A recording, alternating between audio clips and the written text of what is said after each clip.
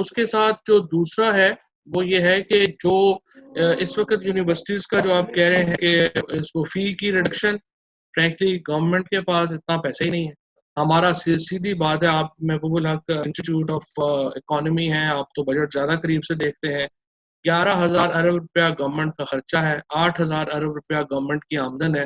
سو federal government کا budget تو صرف یہی رہ جاتا ہے کہ اس سال ہم نے قرضے کیسے لینے ہیں، کہاں سے لینے ہیں، کن شرطوں پہ لینے ہیں. تو جب تک آپ کی انکم بڑھے گی نہیں، آپ کا خرچہ 10,000 ارب ہو اور آمدن 12,000 ارب روپیہ ہو، تو پھر آپ یہ ڈیمانڈز کر سکتے ہیں. اس سے پہلے تو اس طرح کی ڈیمانڈز جو ہے وہ ہو نہیں سکتی. جو آپ نے ویکسینز کی بات کی، پاکستان میں آپ کو یہ بھی بتاؤں کہ Pakistan is only Muslim country جس نے کہ یہ جو کرونا وائرس کا جینوم تھا اس کو اسٹڈی کیا، اور اس کو جو ہے وہ اس کا جو سپریشن ہے وائرس کی وہ پاکستان میں ہوئی. HEJ انسٹیٹیوٹ کراچی نے جو ہے وہ یہ کیا، اور اس کی جو اسٹڈی ہے جرمنی میں جو ہے وہ پبلش کی، اور اس کے بعد ہی یہ اعلان کیا تھا اس کمیٹی نے. یہ ڈاکٹر عطا الرحمان صاحب کے اندر ہے یہ کمیٹی 10 لوگوں کی، کہ پاکستان کا جو کرونا وائرس ہے وہ بالکل مختلف نہیں ہے ووہان کے سے، اور ایکچولی وہ اٹس کوائٹ سملر. اور اب اس کے اوپر چائنا کی، اور یہ جو ویکسین بنانا ہے یہ ایک ملک کا کوئی ایشو نہیں ہے. 66 ورکنگ گروپس ہیں دنیا میں جو اس وقت ویکسین کے اوپر کام کر رہے ہیں. Pakistan is also member of those active groups, اور ویکسین کے اوپر جو ریسرچ ڈیولپمنٹ ہو رہی ہے اس میں پاکستان کا حصہ ہے. ابھی ایک چائنیز کمپنی کے ساتھ اس ہفتے ہم سائن کرنے جا رہے ہیں ویکسین کی پروڈکشن کا ایک MOU، اور اس کے بعد جو کلینکل ٹرائلز ہیں وہ پاکستان میں ہوں گے.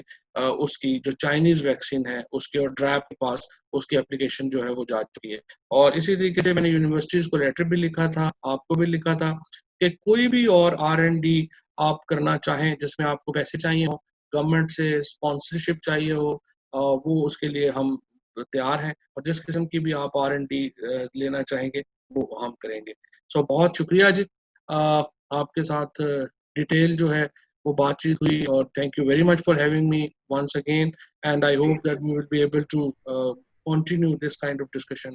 And it's a real pleasure to host you and hear you, and I'm sure we will stay connected. At this point, in addition to saying thanks, I should have been handing over a trophy to you from Government College University, which will stay with us, and whenever we will meet, we will hand over that trophy.